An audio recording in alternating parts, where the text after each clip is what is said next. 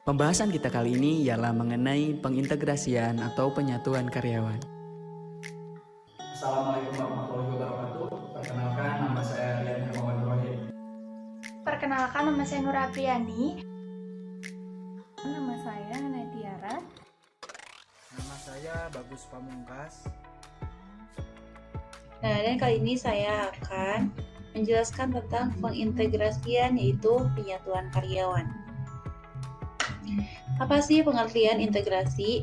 Integrasi dalam MSDM artinya pemaduan antara sumber daya manusia dengan organisasi. Seorang karyawan harus bersedia melemburkan dirinya dengan organisasi agar menghasilkan tindakan yang efektif. Jadi setelah kita memperoleh tenaga kerja, melatih dan memberikan kompensasi kepada mereka, maka nampaknya tugas manajer sumber daya manusia sudah selesai. Namun pada dasarnya adalah belum selesai karena misalnya dalam pengupahan atau penggajian. Lalu di sini ada tujuan pengintegrasian sama prinsip pengintegrasian. Apa sih tujuan pengintegrasian? Tujuan pengintegrasian adalah memanfaatkan karyawan agar mereka bersedia bekerja keras dan berpartisipasi aktif dalam menunjang tercapainya tujuan perusahaan serta terpenuhinya kebutuhan karyawan. Lalu di sini ada prinsip pengintegrasian. Prinsip pengintegrasian adalah menciptakan kerjasama yang baik dan saling menguntungkan. Salah satunya yaitu adalah hakikat kebutuhan manusia. Dalam hakikat kebutuhan manusia dapat diklasifikasikan menjadi 3 kategori. Yang kategori pertama yaitu kebutuhan fisiologis. Apa sih kebutuhan fisiologis itu? Yaitu kebutuhan jasmani. Kebutuhan ini sering disebut primer, yaitu kebutuhan-kebutuhan yang timbul dari daya upaya untuk mempertahankan hidup, seperti makan, minum, udara, dan tempat tinggal. Lalu kategori kedua yaitu ada kebutuhan egoistik. Apa itu kebutuhan egoistik? Kebutuhan egoistik adalah kebutuhan ini berasal dari kebutuhan untuk memandang ego atau diri sendiri dalam suatu cara tertentu. Di antara kebutuhan egoistik yang dapat ditemukan adalah sebagai pengarahan, kekuasaan, kebebasan, dan prestasi. Lalu kategori ketiga yaitu adalah kategori sosial. Dalam kategori ini terdapat kebutuhan-kebutuhan hubungan fisik dan pergaulan sosial. Contohnya adalah cinta dan kasih sayang dan rasa diterima sebagai orang suka berteman dan ingin hidup bersama orang lain. Namun hubungan fisik tidaklah cukup.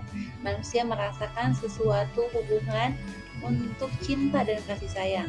Paling tidak dari beberapa manusia. Dengan demikian, kita membentuk dan memelihara ikatan cinta, keluarga, dan persahabatan.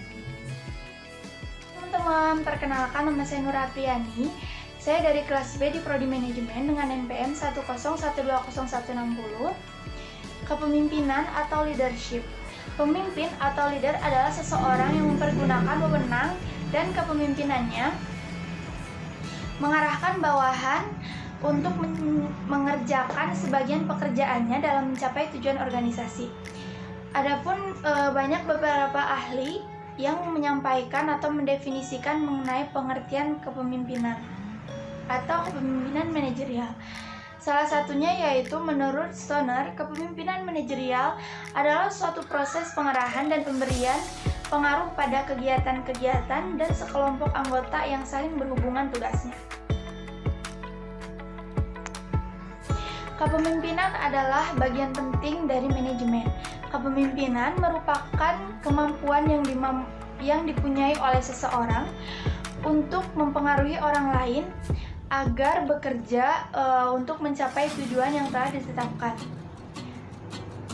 Sebuah perusahaan atau biasanya di suatu perusahaan dipimpin oleh seorang manajer, yang dimana manajer itu adalah seseorang yang punya wewenang untuk mempengaruhi atau memperlakukan orang lain untuk mau bekerja dan mencapai tujuan yang telah ditetapkan oleh perusahaan. Pendekatan atau studi kepemimpinan dapat diklasifikasikan menjadi 3 pendekatan. Yang pertama yaitu pendekatan kesempatan. Pendidikan ini mendasar atas sifat atau traits yang tampak pada seorang pemimpin. Misal contohnya, sifat kepemimpinan ini dibawa sejak ia lahir. Jadi sejak ia kecil, ia sudah mempunyai bawaan sifat sebagai pemimpin. Yang kedua, pendekatan perilaku atau behavior. Pendekatan ini menganggap bahwa apabila seseorang mempunyai karakteristik atau kualitas dan perilaku tertentu akan menjadi seorang pemimpin dalam situasi apapun ia ditempatkan. Biasanya berdasarkan pengalaman dan pendidikan yang telah ia dapat. Yang ketiga, pendekatan situasional atau kontingensi. Pendekatan ini dianggap bahwa kepemimpinan berdasarkan atas faktor situasional atau lingkungan, yaitu dia akan dapat memimpin dengan baik pada situasi tertentu. Tentunya seorang pemimpin mempunyai wewenang, yaitu adalah wewenangnya apabila pemimpin ingin mencapai tujuan yang efektif, maka ia haruslah mempunyai wewenang untuk memimpin para bawahannya dengan baik. Seperti hal contohnya, dia mampu memerintahkan bawahannya dengan tidak menyinggung perasaannya, agar bawahan tersebut juga dengan senang hati mengerjakan pekerjaan yang telah ditugaskan oleh pemimpin tersebut. Berikut ada kriteria-kriteria pemimpin yang baik. Di antaranya akan saya sebutkan, yaitu watak yang baik, meliputi karakter, budi luhur, dan moral. Yang kedua, inteligasi yang tinggi atau kecerdasan. Seorang pemimpin diwajibkan mempunyai kecerdasan yang lebih dari bawahannya. Yang ketiga yaitu kesiapan lahir dan batin, baik mental ataupun fisiknya. Yang keempat, kedewasaan sosial dan hubungan sosial yang luas atau social maturity and blade. Pemimpin cenderung mempunyai emosi yang stabil dan dewasa atau matang, serta mempunyai kegiatan-kegiatan dan perhatian yang luas. Yang kelima, motivasi dari dan dorongan berprestasi. Maksudnya motivasi diri dan dorongan berprestasi. Pemimpin secara relatif mempunyai motivasi dan dorongan berprestasi yang tinggi. Yang keenam, sikap-sikap hubungan manusiawi. Seorang pemimpin yang sukses akan mengakui harga diri dan martabat pengikut-pengikutnya, mempunyai perhatian yang tinggi dan berorientasi kepada para karyawannya. Perkenalkan, nama saya Hana Tiara dari kelas B NPM 101-209-12, Prodi S1 Manajemen. Proses komunikasi memungkinkan para manajer untuk melaksanakan tugas-tugasnya. Misalnya, informasi yang harus dikomunikasikan kepada para manajer agar mereka mengetahui dasar perencanaan dan rencana-rencana yang akan dikomunikasikan kepada pihak lain dan dapat dilaksanakan.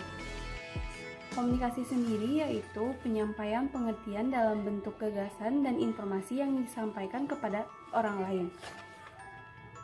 Komunikasi dalam organisasi, khususnya dan umumnya pada perusahaan-perusahaan lain, yaitu terdapat dua konteks.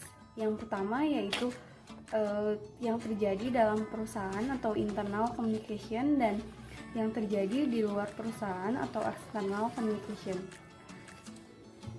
Unsur komunikasi yaitu di mana suatu kegiatan yang membuat seseorang mengerti, di mana terjadinya pengaliran informasi sehingga terjadinya komunikasi antar individu. Assalamualaikum warahmatullahi wabarakatuh. Perkenalkan, nama saya Rian Hermawan Rohit, dengan nomor NPM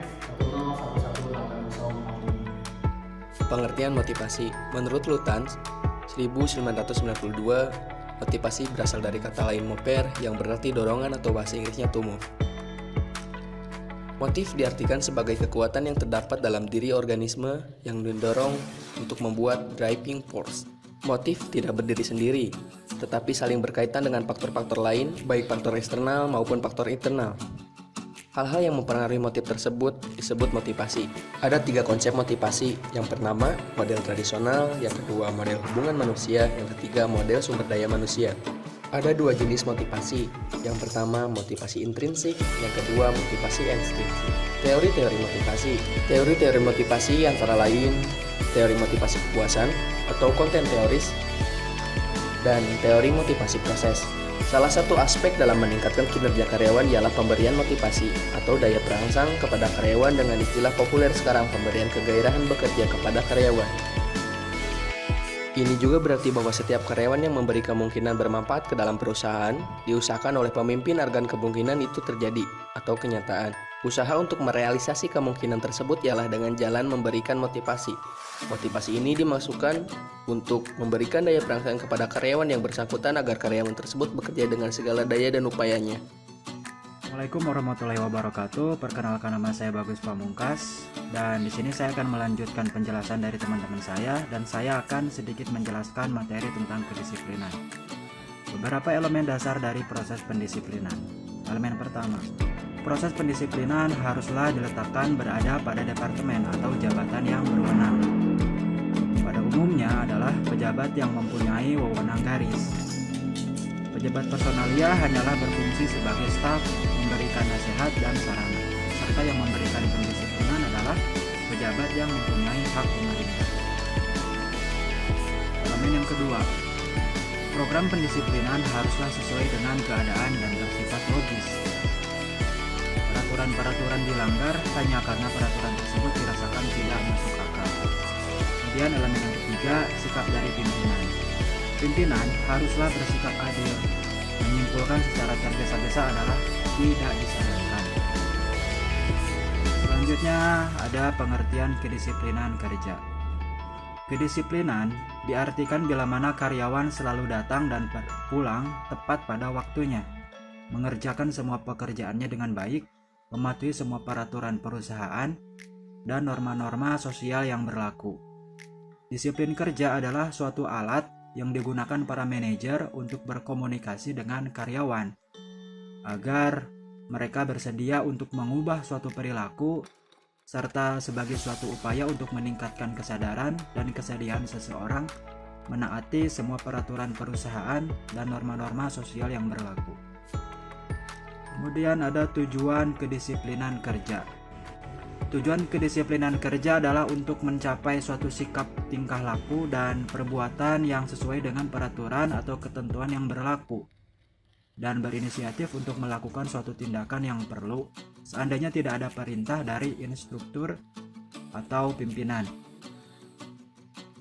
Kemudian ada usaha-usaha menegakkan kedisiplinan kerja.